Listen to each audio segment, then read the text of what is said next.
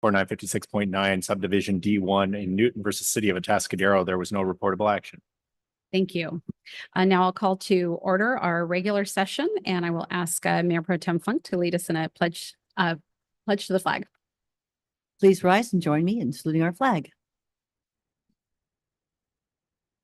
Allegiance to the flag of the United States of America, and to the republic for which it stands, one nation, under God, indivisible, with liberty and justice for all. Thank you. Roll call, please. Councilmember Borbo, Here. Councilmember Daris, Here. Councilmember Newsom, here, Mayor Pro Tem Funk, Here. Mayor Moreno, Here. all present. Thank you. Thank you. All right. Hello there. So for those of you attending here in person, we welcome you tonight. If you're listening on Zoom, on the radio, all the ways, we're glad that you're here with us. If you'd like to speak by phone during the time set aside for community forum or during public comment, you can call the following number. It is 669-900-6833. One more time, that number is 669-900-6833. And the meeting ID is 889-2347-9018. Once again, that meeting ID is 889-2347-9018. And when you call, please let us know which item it is that you'd like to speak on. Can I get a motion to approve the agenda? So move. I'll second. We have a motion by Councilmember Borbo, a second by Mayor Pro Tem Funk. We'll waive the reading in full of all ordinances appearing on this agenda, and the titles of the ordinances will be read aloud by the city clerk at the first reading after the motion and before the city council votes. Roll call, please. Councilmember Borbo, Yes. Councilmember Daris, Yes. Councilmember Newsom, Yes. Mayor Pro Tem Funk, Yes. Mayor Moreno, Yes, ma'am. motion passes unanimously. Thank you. Moving on to the consent calendar. This contains items that are considered to be routine and non-controversial by city staff and can be approved in one motion unless there's a member of the public or the council wishing to pull an item. I thought maybe we would just have a brief comment on item number 2 because with the storms and kind of letting folks know how we fared and what this one item is, it would be good. Other than that, any other items? Right. If you want to do a quick comment on that. Sure, Mayor. I just want to share the community fared very well in the last storm as far as our areas of flooding that we were aware of, traffic control right away. We didn't have any major tree limbs drop in the right of way or power lines block right away. We did staff up, so I want to give credit to the police and fire departments for staffing up and pre-planning so we could run the calls. And our public works team had a couple crews roaming, keeping culverts flowing, being right on top of things. I give them a heads up, and the work that that team had done to pre-plan held. So we fared really well. And as a matter of fact, I'd share with you that I thought we'd gotten through it excellent shape. But late last week, we did have another failure on San Marcos Road, not too far from where we had the last repair. And so we had a very good experience on that repair, working with the federal government to do that with FHWA. So we'd like to consider that again, but a disaster declaration needs to be done. Thank you very much. Any member of the public wishing to speak? I'm not seeing anyone on Zoom or in the public here. So I'll bring that back to council for a motion. Move approval of the consent agenda. I'll second. Motion by Mayor Pro Tem Funk, second by Councilmember Newsom. Roll call, please. Councilmember Funk. Sorry, Yes. Mayor Pro Tem Funk, Councilmember Newsom, Yes. Councilmember Borbo, Yes. Councilmember Daris, Yes. Mayor Moreno, Yes, ma'am. motion passes unanimously. Thank you. On to updates from the city manager, Mr. Lewis. Isn't it nice this time of year that we can all share our love for Atascadero, right? We have Valentine's Day coming around, and I know how much we all love it. So I have a few Valentine's announcements to start out. Now, there's a perfect gift. The city attorney was talking about getting flowers for his partner, but Mr. Attorney, did you know you can adopt a cockroach? I mean, right there, you can adopt a cockroach at the Charles Paddock Zoo. Now through February 29th, you can give that special someone in your life your very own kissing cockroach. And so cost is only $7. You can name the cockroach and receive an official certificate of adoption that will have your Valentine's name on it as a gift. I got to get one of these for my son. You can also upgrade your gift with a special meet and greet with the Madagascar hissing cockroach and get a special t-shirt or hoodie. So, hey, the unique Valentine's gift only at the Charles Paddock Zoo. You can go online to charlespaddockzoo.org for information to purchase your adoption of a cockroach. There you go. Only in Atascadero. Love continues to be in air. The father-daughter dance was absolutely amazing. I think we have some pictures here. The team did such a good job in recreation decorating it with several photo locations and themed areas. And we had sold out at 300 attendees each night. So, I mean, these are those quality of life things that are so important.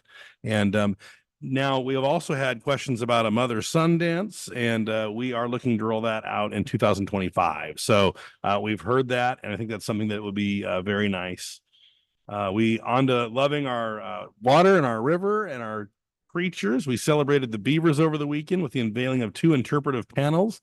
There's the council celebrating the panels and highlighting the amazing role that beavers play in our Salinas River as water heroes and firefighters. And I learned that the way the beaver dams purify water isn't a whole lot different than how our current wastewater plant works. So beavers are brilliant, and I appreciate you being supportive of that. The panels were made possible through California Coastal Commission Whaletail grants and the San Luis Obispo Beaver Brigade in collaboration with us and the Amigos de Anza group. So thank you for being supportive of that. I was out there today, and it looks great. Continue to love. The Sweetheart Stroll is coming up. Look at all this love in Atascadero. The Sip and Shop is February 16th. This is always a great event from 5:30 to 8. We'll have phenomenal wine, beer, coffee, and other treats from 15 plus businesses in downtown. Bring your friend, bring your significant other, bring a date, group of friends, and have lots of fun. We will also be offering tours of City Hall that evening. So that's a great place to stroll as well. You can buy our tickets at atascaderochamber.org/events and look on the events calendar there and pick up your tickets and make sure it doesn't sell out. So you want to get your tickets for the Sip and Shop this Friday. Okay, we can love the earth. The Earth Sign cleanup event is happening on February 24th. This is an opportunity for us to clean our creeks here on the 24th from 10 to 12, meeting at the Sutton Gardens. Really appreciate Earthshine doing this, and more information is at earthshineorg.com. So that's a little different. www.earthshineorg.com, not .org.com. So that's the way you can help serve our community by cleaning up the creek. Rain is on the way. So starting, I believe, Friday through next Wednesday, we have another significant storm and river event. So staff is continuing to prepare to make sure our public right-of-ways are safe and public facilities so we can serve you. I would encourage you, if you need sandbags, to get sandbags and get them filled. We have sand at Fire Station 1 at 6005 Lewis Avenue. And I checked today on Garbata Road at 8005 Garbata at our yard, and our sand is full there too. So there are opportunities for you to get sand for your bags to make sure you can control water on your property. Bring your own shovel and sandbags, please. Now we have a break. Please check your drains and culverts. While we have this chance before Friday, you can remove trash and other potential obstructions from creeks, ditches, and other drainage ways. Clear and remove down trees and limbs on your property or that you may think are threatening your property. Property owners need to make sure they're taking care of their own property and making sure that they're in charge of their own safety. Check and clear any pipes or drain inlets under driveways or elsewhere on your property. If you are on a creek or embankment, keep repairing areas vegetated to prevent bank and soil erosion. And please monitor conditions if you're on a creek throughout the winter and take action immediately as needed to protect your property. It's important to keep the stormwater moving and prevent potential flooding. And so that's really important. If you see flooding and down limbs or trees in the street or the public right of way, please do call us. Public Works at 805-470-3148 or police dispatch at 461-5051. So again, the city's response is focused on limbs and debris in the public right of way so we can respond to you and make sure we can keep you safe, but you need to take care of your private property. We do have more information on this at atascadero.org/emergency-preparedness. The county also has information how to protect yourself at readyslo.org. So really important. Okay, switching gears from love and rain and flooding to our chipping program. Registration is now open for our chipping program. You can register online at atascadero.org/chipping or call 470-3300. All material must be piled near the road or driveway and be easily accessible. So this is a really important program. You can see a little photo there of what's correctly stacked and incorrectly stacked, and we appreciate that. That allows us to serve you best. And for information regarding wildfire safety, backyard burning, weed abatement, and chipping, you can go to atascadero.org/FSA. D. The fire department has many good programs. We really appreciate what they do to keep us safe. We have another one, wildfire consultation program. And this is actually, I think, pretty important as people are concerned about insurance and making sure that the home is defensible. We do have a grant funded program through the San Luis Obispo Fire Safe Council that allows our fire department staff to meet with residents on their property for a consultation. This is a really neat service. I'm not familiar with many communities that have this. The consultation will evaluate your property's fuels and defensible space and recommend improvements to harden your home, as well as evaluate access for fire department equipment to protect your residents during a wildfire event. Don't delay on this. If you want to request your free consultation, please register online at atascadero.org/fire or call 470-3300. And I think this is just a really important proactive thing you can do, and you can document the steps you take, and that may help you maintain your coverage. So this is a next slide. Road work continues here in the downtown. We're getting there. The rain has definitely backed us up a little bit, unfortunately. But now through February 23rd, we'll be paving on Palma Avenue and that is part of the F14 separate F14 pavement rehab project. So Rosario to Palma, between Rosario and Traffic Way, will be changing. You can see we've already changed that curb face too, so there will be a short-term parking spot near the artery on Palma, which was something that we've talked about for time. So this will also do that work, picking up a short-term spot there. And then broadband utility work will continue on Traffic Way from Olmeda to the Colony Park Community Center. There'll be some intermittent access and parking impacted during that work. And then I've had some questions about why were certain parts of streets paved and not others. For example, like in Trotta, we didn't pave where you park your car, but we paved down the center of the street. And I think this is one of those things that's important to explain.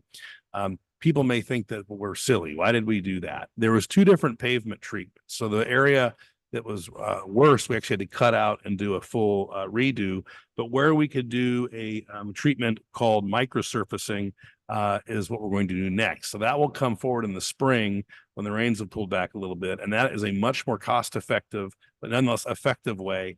And so when we come back and do the microsurfacing, then the streets will look new, the whole street, and will stripe. So that's why we had some of these kind of spotty areas. But the microsurfacing will begin when it's warmer. We have to have warmer temperatures for that spring. So that's what we have. That work is wrapping up. And finally, good news. This is exciting. We are going to really light up the downtown. So we have a request for proposal for a Sunken Gardens holiday light display. We have this out. We're collecting contributions from sponsors. Our director of recreation over there and community promotions is doing an awesome job getting sponsors that we'll share with you. But the goal is to have a significant lights that we'll rent, and a company will install them. Will look like Disneyland out in the Sunken Garden, and then they'll be taken away. That protects our trees. The staff doesn't have to deal with this, and I think it'll be really magical. And so when we light up our downtown, we're lighting it up. We'll keep these up through Christmas and into early January for families to enjoy, and hopefully they'll come visit us. But people are really excited about this as I talk about it. The proposal information is available for contractors interested at atascadero.org under bids and RFPs for those interested, or you can speak to Ms. Banish at 805-470-3490. So lots to report, but lots going on in our city. Thank you. Well, Director Banish, you already have me excited about Christmas, and it's only February. Thank you for that report. Any questions of staff? Question, Jim, I know you've told us, but I'm forgetting, when does the RFQ close on the properties over here by the bridge that we're asking for proposals or Phil, qualifications? is it end of February, right? Like the Yeah, we went all the way through to the end of the month, so it's going to 20, till yeah, March 1. March 1. That's what we do a leap year. March 1 Friday. Thank you for asking that question. Thank you. All right, thank you. We're on to community forum, and community forum is reserved for persons wishing to speak to the council on anything that is not on our agenda this evening, but over which the council has jurisdiction. Speakers are limited up to 3 minutes and have a total of 30 minutes set aside for community forum as needed.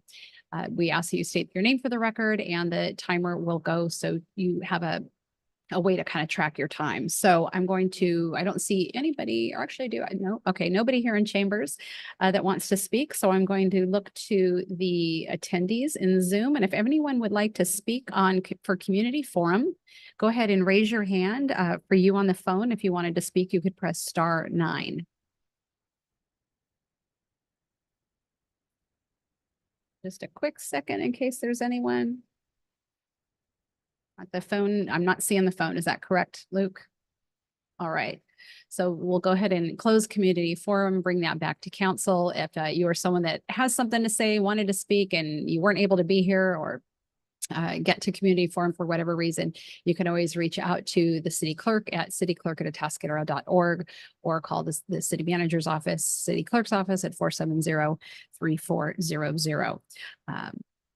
Now we are on to our one public hearing of the evening. This is the appeal of an Arco canopy signage use permit at 9590 El Camino Real. I'll start by asking council if we have any ex parte. I'll go from my right to my left. I originally presided on the DRC meeting back, I think in 2018 and 2019. No ex parte. I was also on the DRC back in 2018. All right, thank you. And for those of you who don't know, DRC is the Design Review Committee, and that's sort of the initial body with 2 council members and 2 planning commissioners and an at-large member that take a first glance at projects and give some feedback. All right, so we'll give this over to our Community Development Director, Mr. Phil Dunsmore. Thank you, Mayor, and good evening, Council. Glad to be here tonight. So this is regarding the new fuel station that just opened up on the south end of town in El Camino in between Montecito and Santa Rosa. It's a really nice Arco station. They did actually come in for approval of signs, as often these gas stations do. They always need a little bit of extra signage, and we guided them through a process. But through a course of events, here we are tonight on appeal on some of that signage. So I'm going to share with you a little background about the site, a little background about the signs that were approved, a little background about our sign code, what it allows, and we can take it from there. So here's the site before it was developed. Really nice reuse of a vacant lot there next to Montecito, south of Santa Rosa Road along El Camino Real. It's a little bit different location for a fuel station. Most of our fuel stations are right at the freeway interchange, just one set back a little bit, and it's on El Camino. And just to get familiar with the area, which is really important to know, it's got commercial tourist zoning on the site. And then across the street, it's retail zoning. And then directly adjacent to that on the hill, it's a multifamily zone. It's important to know just about the logistics of the area and kind of how the compatibility of this neighborhood works. And we use all of those factors when we weigh in on lighting and signage and the whole bit. So starting back a few years ago, this went to the Design Review Committee, July 19th of 2019. It came back again, I think, for some additional feedback. And then the DRC endorsed the overall design of the project. But that time, we looked at the signage. We didn't have a color banding or light strip that was recommended. So just a plain canopy with a nice sort of roof and nice architecture. Fast forwarding a little bit, a couple years later, Marco came in. They did apply for a use permit for the light strip. That is an administrative hearing level. So that goes to the director. We did find that light strip and the extra canopy signage wasn't necessary for this site. And it was incompatible with the neighborhood and maybe incompatible with our sign regulations. So we did deny that. The applicant intended to submit an appeal. However, they didn't get it in time. So what we told them is, well, you can still reapply. Our code allows you to reapply. And so sometime later, they reapplied again. And at that point in time, as a director, I decided to bump that up to the planning commission level because we had already denied this thing. And to save the whole process of going through appeal, hey, let's just bring it straight to planning commission, which is an option we have in our municipal code. So we did that, took it to commission last November, 2023, and made a recommendation to not have this color banding, not have this light strip. But the planning commission gave a compromise and said, you can have your color banding on the canopy, but no light strip. So they gave them half of the approval. Tonight, we're here because the applicant has appealed the planning commission's decision. They want both the color banding and the light strip on the canopy. And I'm going to show you a few images of what that looks like. The image there at the top is a daytime view of the typical adhesive vinyl band. And I think from time to time, those images change. It might be narrower today's standards. It was wider at this particular one. And then the lighting is an LED strip that goes on the outside of that. And that's the image you see below. It's not a very obnoxious light. It's pretty low key. In fact, the lighting that's below the canopy and on the pump toppers is probably a lot more profound. This is just the architectural elevations for this particular site and a close-up image of what these graphics look like. Now they did get approval for the sign. So the sign is up there. The sign is allowed, just without the entire strip going all the way around that fascia, which is the wide edge of that canopy all the way around the canopy. So what our code has actually done, it looks, when we look at corporate colors on a building, when we look at these light strips in combination with a sign, our sign regulations ask us to look at that as part of the sign and actually calculate the whole area as signage.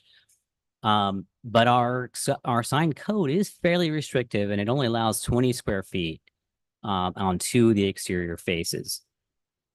That, entire canopy would be far greater than that. The DRC, they did actually increase that allowance to 51 square feet, so that was pretty good. Now, with the Planning Commission's approval, with the color banding, it bumps it all the way up to 768, just because it's such a big canopy.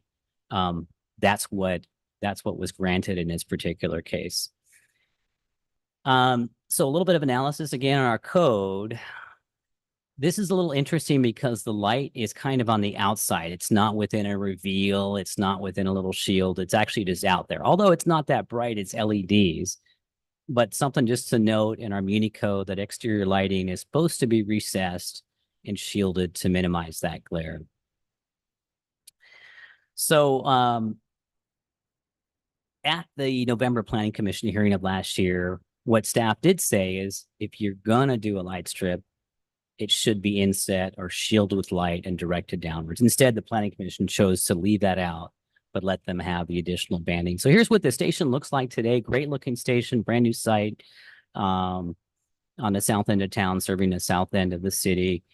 As you can see, there is these little cover toppers on top of the fuel pumps that have signage on them as well. There's the logo on the canopy itself. What's interesting about this site, some of these fuel stations, they need the signage and lighting and visibility to be able to be seen from Highway 101. You can't see this site from 101, but you can see it from the residential neighborhood that's across the street. So this is on East Front Road, which attaches to Santa Rosa along the frontage of Highway 101. Looking at the fuel station from the backside through the adjacent property, and you can see off in the foreground is the condominiums that are in a residential zoning district right across from them. So that is one of the considerations that staff took into consideration when we looked at this site and gave recommendations as to what kind of lighting should happen, what kind of signage should happen. There's a lot of windows looking down on it from the hillside. So the recommendation tonight is really split. And so we're kind of leaving this up to council. Staff isn't taking a hard position. It's an appeal. There's two resolutions. The first one simply keeps the existing approval in place what the Planning Commission had done. The second one allows them to have the light strip in addition to the Planning Commission's approval as an option. There's also alternatives out there. You could continue this. We could look at other modifications, do something different. The two slides I just skipped over that we can probably go back to if you want are the findings that we need to make when we process a use permit for exceptions to the sign regulations. So we can look at those. And these are two more that are on that. I'm not going to go through all those right now, but if we need to, we can come back for that based on the council's desire. So happy to answer your questions. Thank you. And one, by the way, to my right, Sam Mountain, our assistant planner, he processed this application. I've got him here with me in case detailed questions come up that I didn't recall. Great. Thank you, Director. Thank you for being here, Sam. And I will ask council if we have any questions before going to the applicant slash appellant. Councilmember Daris.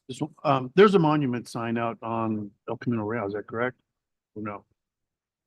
Yes, they have pricing sign and a monument sign for identification. And, and the sizing of that sign is at the maximum of our code, or was it increased for any Hmm. reason, or? I is don't it recall. I'm smaller gonna than? ask Sam Mountain. That's why I've got him here. It's kind of a detailed question, but I'm just curious. Yeah. The So sign when that's this out there, project was originally reviewed by a design review committee, the kind of square footage that was granted to the applicants for the project included canopy signage and included signage on the mini mart, monument sign, etc. The reason why we went from that kind of low square footage that we see on the slideshow here is that that's the square footage that our code allows specifically for the canopy signage. And so that 51 square feet, I believe it was, that is entirely inclusive of just the canopy signage. So the monument sign, mini mart sign, things like that aren't included in that number.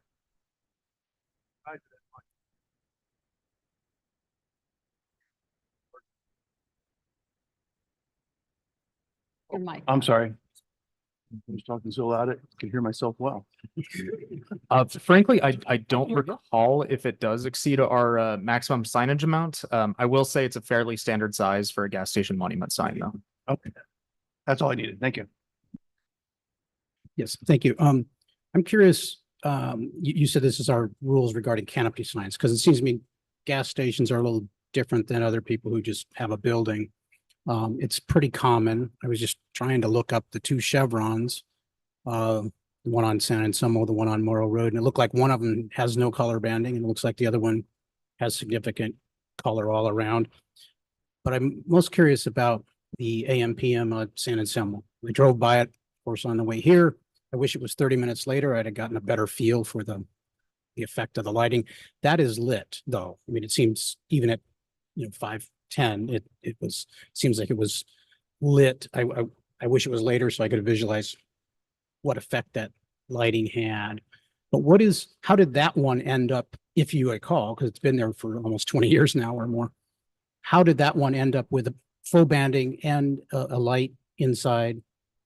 Or how did the chevron across the street end up, if that's our rules on the surface? Sure. Well, our current sign regulations that are in place now are only about 5 years old. And so that gas station predates that. A lot has changed. And in fact, since the date of that development of that station, we've also adopted things like a night sky ordinance, and a lot of policies have changed over time. So those were developed before those policies came into play. But even if those policies were into play when these gas stations came along, all of them do request modifications to what they can do. And oftentimes we do add flexibility based on a use permit, based on their design, based on their criteria, based on their location and their neighborhood compatibility. That's very typical. So in these scenarios, I haven't looked at the approval process record that far back on the other ones to compare because it's a bit of a moot point. They're all in different situations and the code's changed a number of times. So instead, we're faced with, here we are today, let's look at the situation. And we have the ability to grant exceptions in this case, or we have the ability, because it's discretionary, to say it's not suitable for this particular location or not needed. And to be clear, in this proposal, right now, there's no color on the banding, but there is a sign that says Arco.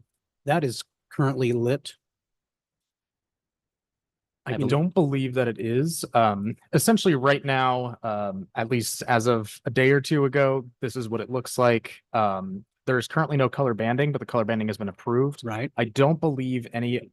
Yeah, I don't believe any of the logo signs on the canopy itself are lit, though. Okay, well, you can ask the applicant that. Okay, thank you. I'll have more questions after the applicant speaks. A couple questions here. First of all, would any of the decisions that we would be considering tonight impact the visibility of this project from the 101 freeway? No. Okay, that's what it looked like to me. One of the things is I was looking at the site in the area in context that was quite striking is the vast amount of very bright light that I see over at Motel 6 on that property. Is that lighting currently consistent with the city's guidelines? No. Sorry, no, it's not consistent. They are in violation and city staff is following up with that now after receiving complaints about that lighting, and it was not installed with permits. Okay, thank you. Part of the lighting on the site are those, I guess they're called pump toppers, but it's a lighted branded sign on top of each pump. It's quite substantial and is very visible at night. Was the square footage of those pump topper signs on the 8 pumps, I think at the station, was that considered in the overall allowance for what kind of signage this location could have? It was not. We did not include that in the overall calculations. Okay, so they currently have that as kind of a bonus. Okay, and then I also observed as I was driving by yesterday, feather signs out in front of the property. Are those allowed? Not allowed. Okay, and is it typical that, is it common to have this problem with new properties that we have to Consistently. educate them about that? Yes. Okay. And then last, in terms of the other gas stations in this particular area, I was noticing the 7-Eleven, just check me if I've observed this correctly. The 7-Eleven has color banding on the canopy, but no lighting on the canopy. The Chalk Mountain has neither. The Chevron around the street does not have color banding or lighting on most of its canopy. And the Shell station has both color banding and lighting, and that and it is visible from the 101 with that. Do I have that roughly correct? Sounds roughly accurate. We could probably do a Google Maps tour here in a moment as our city clerk's going to pull up and verify, because there is a hit and miss, but generally the newer stations that are more recently approved, our guidelines, our policies have directed to be more of a muted canopy, more expressive on the architecture, and more reliant upon fixed site signs for their advertising. And more people find these fuel stations because they're just in those locations, and we see things differently now than signage and lights. But understanding it's also a branding issue, so that's why we're here. Sure. Thank you. Any other council Yeah, I wanted to questions? follow up on Mayor Pro Tem Funk's question. You indicated in response to her that the pump toppers are lighted, but those don't count into the lighted signage square footage? They could count into it. We just did not do that as staff, include that. Sometimes they change those things out all the time as they redo the pumps and they redo the toppers. And so it's not entirely clear within our ordinance that these small things, because of their small size and part of this pump feature, whether they really should count or not. Well, So we were gracious in this one and did not include that in the calculations. However, we could include that in calculations if we wanted to consider that scenario. Our sign regulations do speak to all signage that's exterior to the property, unless I it's don't know. inside the Okay. store. So It just seems a little weird to not count, what is it, 8 different, lighted pump toppers, but then count, band, a little Understood. band around the thing. So, okay, thank you. Thank you for answering all those questions. So if I kind of simplify things down, at the design review committee about 5 or 6 years ago, the DRC decided on some expanded options for signage and gave that the recommendation. And then the application came to staff and asked for more, and staff said, no, we're going with the DRC recommendation. And then the applicant came to planning commission sometime later and wanted more, and the planning commission gave a little more, but not as much as they wanted. And so we're now back and being asked for more. So it kind of keeps growing a little bit of Exactly. the sense I'm getting. Okay. well said. Okay. Yes. All right. What we'd like to do now is be able to go to the applicant, and as the applicant typically as part of public comment and we give 3 minutes for an applicant, but as you are an appellant and we give up to 7 minutes and also we might ask questions of you too. So know that you can stay standing up there and we may have some things to ask you, sir. So come on forward. And Luke, I would ask that you put up the timer just so we can keep track. Welcome. My name is Dave Bartle. I'm representing Track for the ARCO station. Closer to the microphone. Sure. Thanks. Thank you. Just wanted to make this quick and show you guys a few photos. If I can pass these down. These are what is on the sign here for you guys to see. This is in reference to what you were talking about earlier, night photos of that station, and also the In-N-Out Burger that's next to it that has LED light banding as well. That's what we're asking for. We just want to have the same advantages as the other ARCO station in your guys' city to attract customers to that station. As for your question, my last appeal was for this LED branding as well as the ARCO decal that was approved, and this one was denied. So that's why I'm back trying to get the LED approved. And for the answer to the canopy, the channel letters and the ARCO logo that's up on the canopy, it does light up at nighttime. It is internally lit LED. You're saying that the ARCO logo itself, right? Like, ARCO logo up on the canopy that Yeah. says ARCO, and the logo right next to it, they light up at night. right. Yeah, I drove by it last night and I remember Yeah. that being lit up. And then when you said you didn't know that it was, I thought, am I remembering correctly? All right. Thank you. And I brought a piece of the LED so you guys can see what it looks like lit up. Bright it is. And this is what goes on the canopy, and this is how bright it is. That's all they get. I thought you were bringing a slide rule up to the, or some sort of. No, I just wanted to show you what it looks like and how bright it is.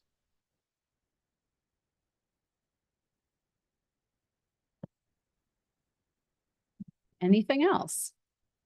All Here right. for any questions. Well, I will, look to council for questions. Councilmember Daris, followed by Councilmember Borbeau.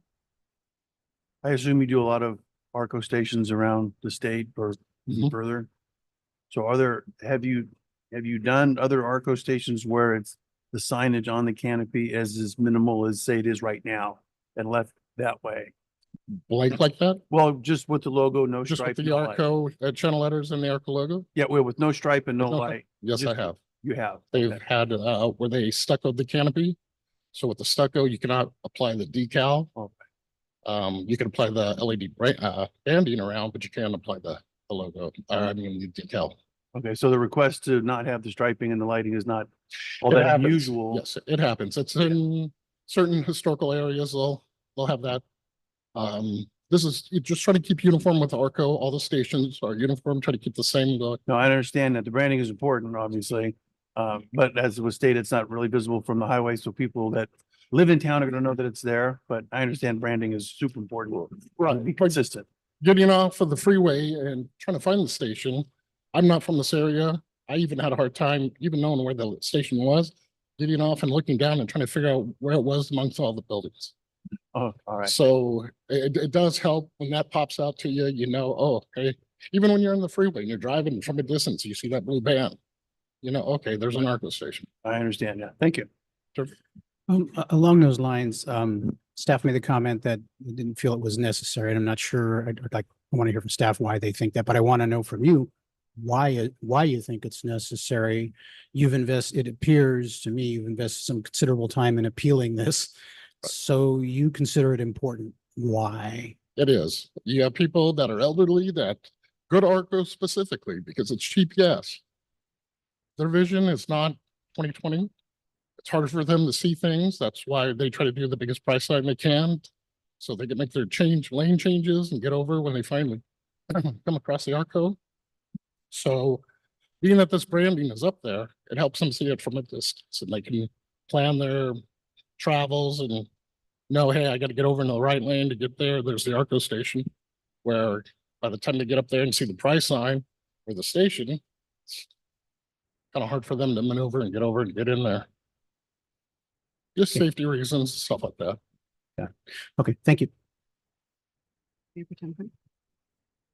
I want to follow up on that a little bit more in terms of, can you describe for me, looking if for traffic that's coming southbound on El Camino Real towards the station, how would color banding or and lighting on the canopy change the visibility of the things to traffic coming southbound El Camino Real? Well, you have two lanes.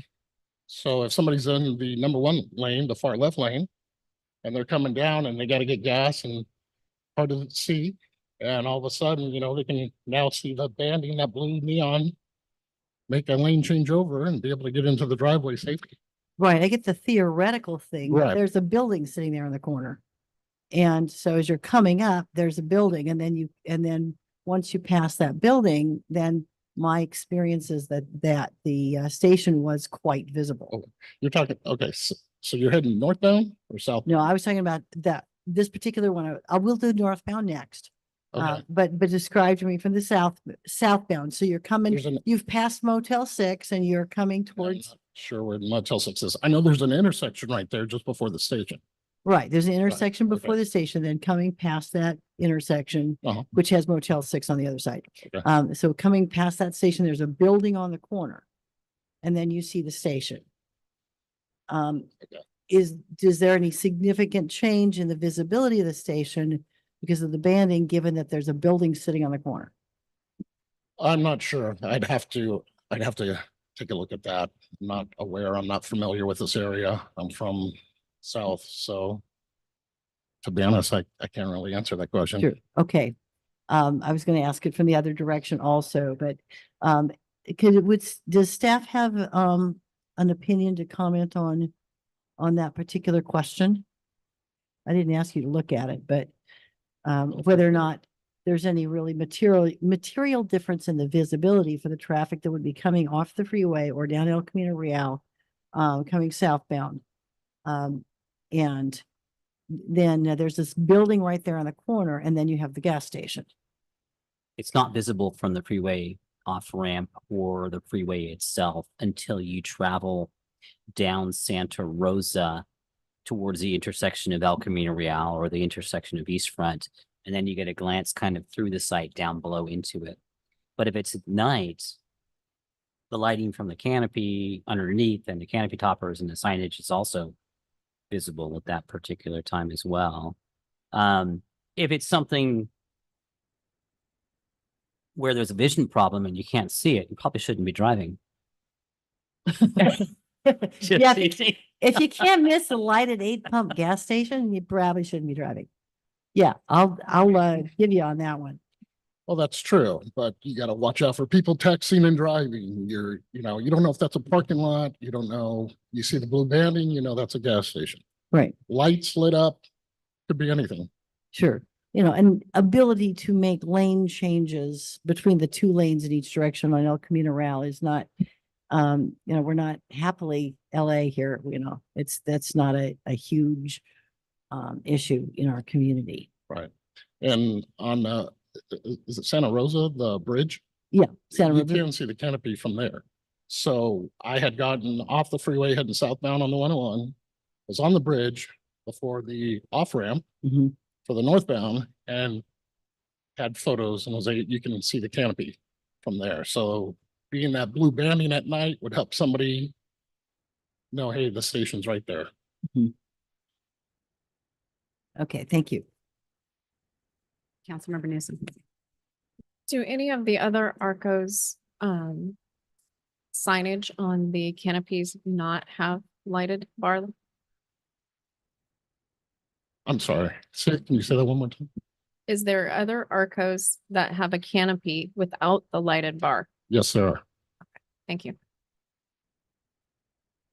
But for the most part, we go through this process, which each and every city, if they do deny it. So ARCO wants full branding. They try to keep everything uniform. Part of the branding logo. Yes. Okay, thank you. Okay, any other questions for our applicant? Not seeing any. All right, to thank you, have- sir. And if there's anything else, we'll let you know. What I want to do is open this up for public comment right now. And if there's any members of the public wishing to speak, I'm not seeing anyone here in chambers. Is there anyone on Zoom or on the telephone? If you're on Zoom, you can go to the bottom and press your raise hand icon. And if you're on the phone, it is *9. Anyone wishing to speak on this item? Right, we're seeing somebody on the phone. Luke?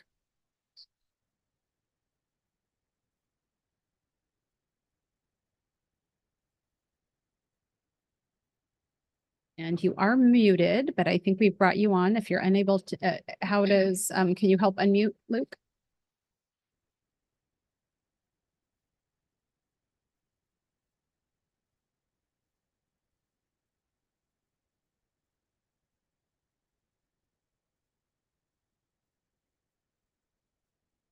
If our caller could press *6 to unmute. *6 to unmute. There you go. Hi. Can everybody hear me? Yes, we can. Excellent. So my name is Zachary Dels Reyes, and I'm actually one of the residents that live across the street from our brand new ARCO station. So I want to let the council know and everyone that's listening that the lights that I see across the street from my house out of my front window are very bright. Like you guys all suggested, the pumps, they're definitely bright enough for everyone to see. I also want to say that anyone on the freeway that's driving that needs to see a gas station typically will have a GPS and can definitely find ARCO or any of the other gas stations that are definitely there. As far as the advantages that our gentleman who owns the ARCO station says, I definitely agree that the other stations that are around the same area do not have any other lighting, so the advantage for them is the exact same thing. And I do understand about branding, and that's exactly why we're here tonight to talk about the appeal. But as far as our resident and our community is concerned, I feel like the way that the station is typically sitting now is definitely good enough. Also, one of the things I do want to raise is there is very loud music that plays out of that station pretty much 24/7. It could be turned down a little bit, and that would be definitely helpful. Also, with the whole excuse of actually driving at night so you can see it, I definitely agree with one of our council members. If you can't see at night, it's probably not a good idea to be driving. So as far as that's concerned, I just wanted to raise those kind of things up to let everyone know that as a resident that does live across the street, actually looking out my window, I can see the pumps from right here that are very bright alongside Motel 6. That's pretty much all I wanted to raise up, and I appreciate you guys' time and listening to what I have to say today. Thank you very much. We appreciate your input and participation. Anyone else wishing to speak? I'm not seeing any other hands. And there's no one else. We'll go ahead and close public comment and we'll bring it back to council. I think you had some questions, Councilmember Borbo of staff. I did. Thank you. And I'm glad the caller called in because one of my questions for staff was, what was the public notification for this project and this appeal, in the sense that I assume the caller lived in one of the homes above the vet hospital, that looks most immediately down. I walked that area today, but I, couldn't get in people's backyards or living rooms to kind of get a feel for what they're seeing. So I am curious, were those folks notified? Because it seems to me they're the, closest people with a potential interest in this. Very likely. Our typical notification range is 300 feet from the boundary of the property. And sometimes we go a little further than that because as we look at the map, we try and pick up the pertinent properties. We never draw it closer than that because 300 is our bare minimum. So looking at that property and knowing where that residential district is, those condos probably did get notified. And were there, through these processes, were there any other public comments from the residents, either during the DRC hearings or any of these appeals? There really has not been a lot, I'll be honest. I think we've had some people reach out prior to the hearings, but we haven't had a lot of turnout. And what about you guys had made a comment regarding you didn't see the banding as necessary, and I'm wondering, what did you base that on? Because that's kind of a business perceived need on the part of the business. What did you base that comment on? It's based on some of our more recent approvals and just noting where this location is, and based on its proximity and based on the amount of additional signage that they already have on the site. So it's really just a comparison with our code, what we anticipate to have here, its proximity to the neighborhood and everything else there. But as we look at the record and we look at the number of fuel stations that either have or do not have this, it's kind of hit and miss. 50% of them do have this, 50% don't. But it's primarily the era in which they developed, and in some cases, the location in which they're in and the vicinity around them. Okay, thank you. On design review committee, which I now chair with Councilmember Daris attending, we spent a lot of time looking at the impact of lighting and the way lighting is designed in new projects.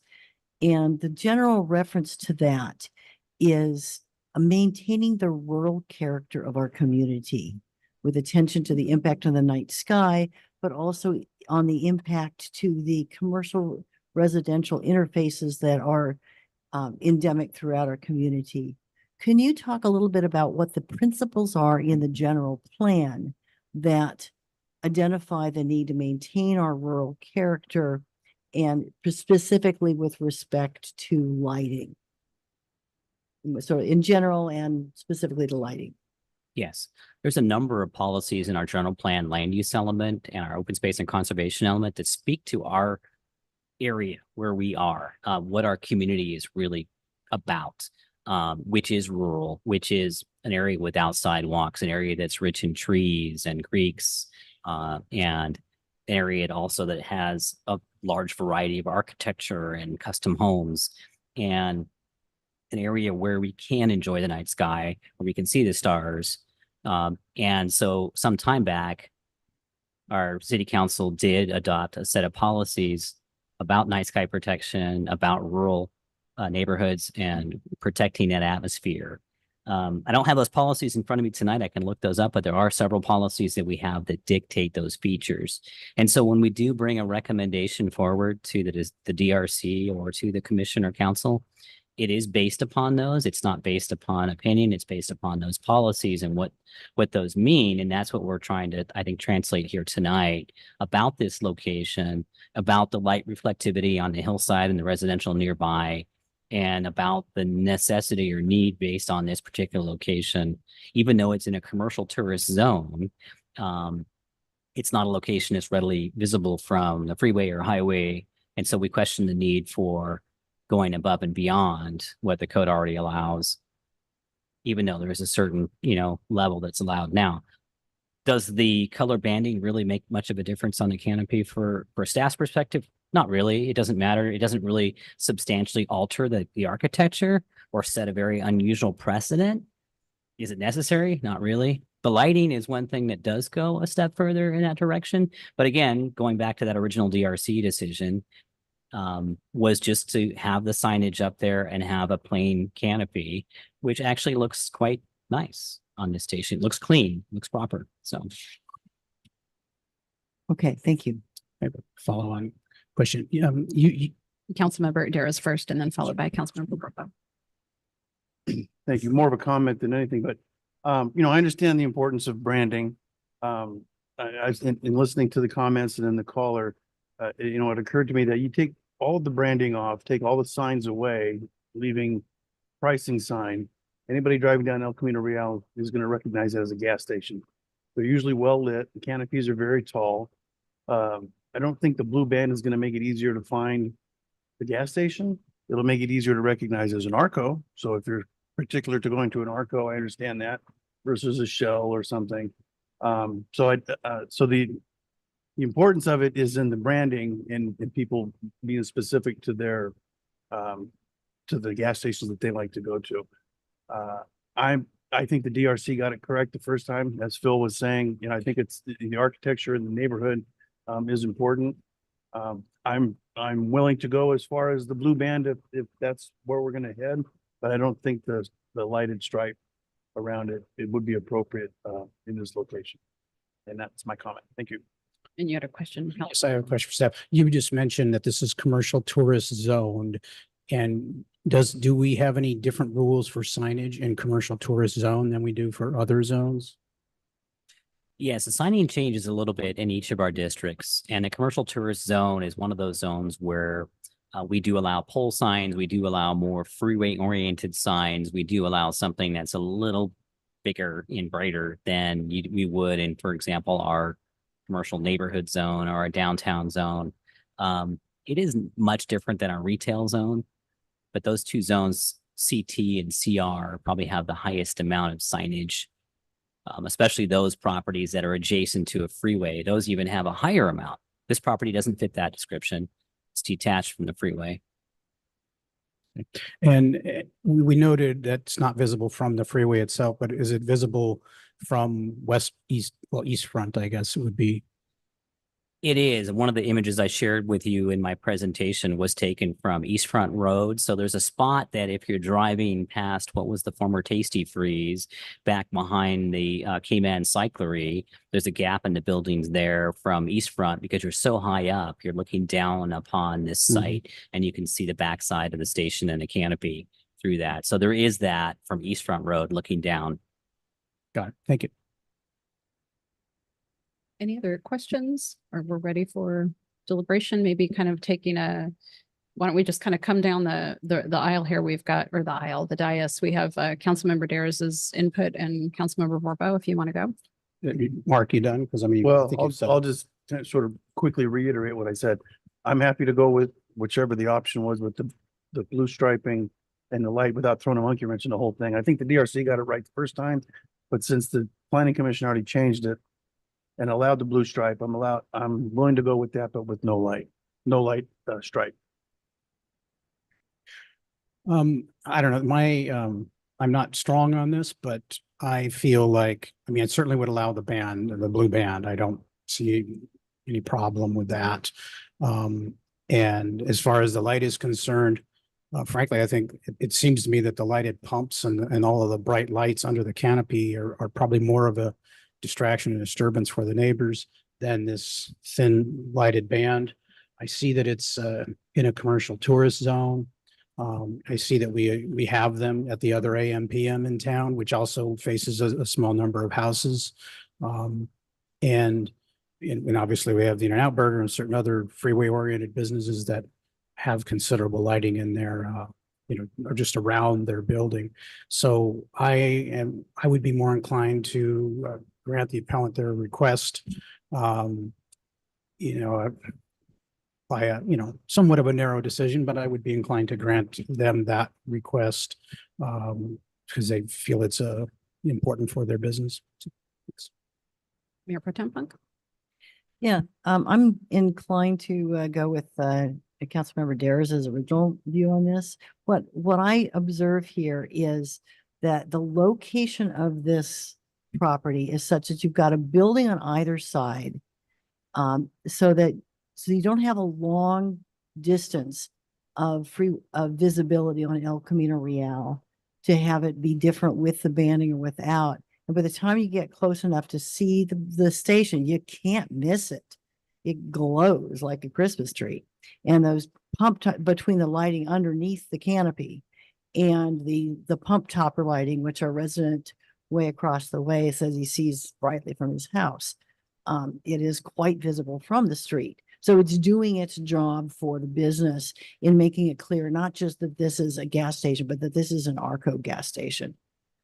That's, to me, and looking at it, was unmistakable that the branding was working. And so adding the argument that the branding, that the lighted band is needed for traffic to find this and recognize it's an Arco on El Camino Real, I just don't think fits with the reality of what I observe in the physical location. And I don't see it being, it's not visible from the freeway. So the kind of lighting that we allow to businesses like In-N-Out, which does, as you point, glow like your pump toppers, it's right on the freeway. So that's a little bit different than the ones that are not where you can't have that distance view that's so important, and where you really you're just annoying the neighbors more so than really attracting the business coming around. So I don't you know, I would not support the lighting on the canopy. I am not super objecting to the color banding on the canopy, but I do think that the design as it sits now is attractive, dignified, consonant with the neighborhood in terms of the way that the canopy is done without the color banding on it. And so that would be my preference to keep it that way. Councilmember Newsom. Thank you. I'm realizing that this station is in more of a residential area, and I think the impact would affect those of the residents and the housing directly across the street. I think that I would be more inclined for the blue band, but not the lighted. I think that you have adequate signage without the blue band of light. All right. So I certainly appreciate you coming and advocating for the branding because that is your job to do that. And I also know that over time, you know, aesthetics and things change. Certainly they have for the city, as you've heard, we had certain more lax standards in the past, or maybe, you know, minimal standards. And we kind of end up with things that maybe aren't best suited, but, you know, things are where they are now. So we're trying to come forward, and we certainly want your business here and making that work. I too have driven by and thought, oh, what a lovely gas station, because one doesn't typically say that about a service station. So I think it does look lovely as is, yet I also want to be able to say, you know, hey, if this branding is important and how do we make that work? I did drive by last night, and it is clearly an Arco. There's no doubt about that. It is very well lit. So I can stick with the planning commission band, color band that they put up, but adding that light is just further than I want to go in terms of one, just the blending and the aesthetics with the commercial sector that we're starting to build, but also, as our resident online said, just that extra. I mean, we're saying that, you know, hey, there's all this light that's already glaring. What's one more blue band? Well, I think it's probably one blue band too many in terms of those residents and how that's impacting their quality of life. And I think that if we're having if we're giving you the banding and you've got all that branding, really, most people think of the colors, and at least this is for me, and aren't going to think of the light. So I hope that you find that to be valuable. And with that, I would be willing to make a motion to uphold to recommend draft resolution A affirming the planning commission's approval of an administrative use permit to allow increased signage at 9590 El Camino Real. Would that be the correct, based on what I'm Yes. saying? Is that? That's Thank the you. one without the lighted That's band. without the lighted band, but keeping the color banding. I'll second the motion. The motion by Mayor Moreno, a second by Councilmember Daras. Roll call, please. Councilmember Daris, Yes. Councilmember Werbo, No. Councilmember Newsom, Yes. Mayor Pro Tem Funk, Yes. and Mayor Moreno. Yes, ma'am. Motion passes 4-1 with Councilmember Borbo voting no. Thank you. And thank you, sir. Thank you. Right. We are going to move on to our council announcements and committee reports. Council announcements are where any council member can, of their own initiative, anything that they're participating in, the public might want to give a very brief announcement on that. And also any standing committees or boards that we sit on and update you. So with that, I will go from my right to my left, starting with Councilmember Newsom. I have nothing to report. The Homeless Services Oversight Council Executive Committee will be meeting on the 21st of March. Our next design review committee has been moved from the 29th of February to the, that's the 21st of Executive Committee is the 21st of February, not the 21st of March. Apologies. The Design Review Committee has been moved from the 29th of February to the 7th of March. And I want to report to my fellow council members that I've been approached to help do something as special recognition for what is the upcoming 50th anniversary of Atascadero Loaves and Fishes, which is now the Alf Food Pantry. And I'm anticipating that this might be something that all 5 of us would like to do together to speak with one voice to recognize this excellent work of the organization in our community. And so I'll just want to let you know I'm organizing that, and we'll, if for a presentation, they haven't quite finalized how they're going to do the celebration. So I don't have a specific date for a presentation at their celebration. But I would, invite all 5 council members, and if you wish to join me in that, to do so, and both in the terms of signing a proclamation, and in terms of, presenting it. Councilmember Borbo. IWMA meets tomorrow. Nothing too exciting on the agenda. I will note that will be the first full board meeting with a representative from the county having effectively rejoined on February 1st. Community Action Partnership of San Luis Obispo, also known as Capslo, meets this Thursday, as we do the third Thursday of every month. And as previously stated, our DRC meeting has been moved to March 7th. And that's all I have. Thank you. We had a city selection committee meeting, and Mr. Jim Lewis was appointed to the oversight committee unanimously. It's close call. Jerry, Director Rangel came to advocate on your behalf, and I mounted a good argument. So yes. And Carla Wixom was willing to be appointed as the LAFCO alternative. So we'd had that. That was a blank spot for a while. I think Councilmember Borbo had filled that for previously. And so I was filling in. I had done a year or 2 years or whatever, and I was filling in until they found somebody. until they found someone. So Mayor Wixom stepped forward. So we have that handled. Let's see, on all the mayor's roundtable this week. And then at SLOCOG last week, we voted on a 6-5, which, normally we're unanimous on just about everything, but this was moving forward with the sales tax measure and doing further outreach on that. And there are a lot of the local municipalities that are very concerned about the effect of the county's measure and how that could affect, say, Measure F14 in Atascadero. Arroyo Grande has a measure, Paso Robles has a measure, Pismo Beach is potentially looking at one. And so that is a concern that we have, but they're moving forward with another poll. And so we will see where that comes. But Mayor, on that subject, there was a formal vote by the SLOCOG board to move forward with like survey or 6-5, correct. 6-5. Thank you. Yes. And let's see. And with that, I will ask if there are any individual determinations. I was just going to ask you on with respect to the SLOCOG vote, will the polling that's being authorized as a next step can ask about the impact of that on people's decision to support their local tax measures? We've asked for them to do that, and how that will come about, I'm not sure.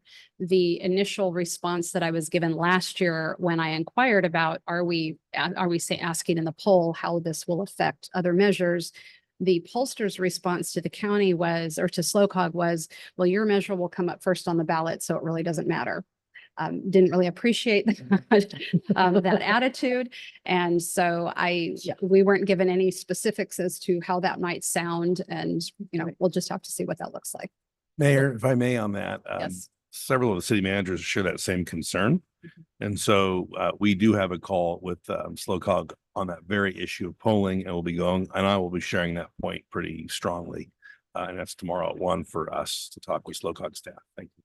Thank you. And I appreciate your strong advocacy on that, because a lot of us cities are concerned of what that could do, because it would be a significant decrease if the county measure passed. What we would get for roads compared to F14 is not even quite half of what we get in F14 we would get with a county measure. So it would really dampen our ability to make the progress that we are on our roads. And as you've seen, we've kind of maintained our pavement condition index. And if we had to cut that in half or more, we'd start dropping down. So it's not a tenable situation. And what you just described was if the SLOCOG measure were to pass and ours were And not- ours were not. yours to fail. Correct. Okay. All right. I'm not seeing any individual determinations then. All right, we are adjourned.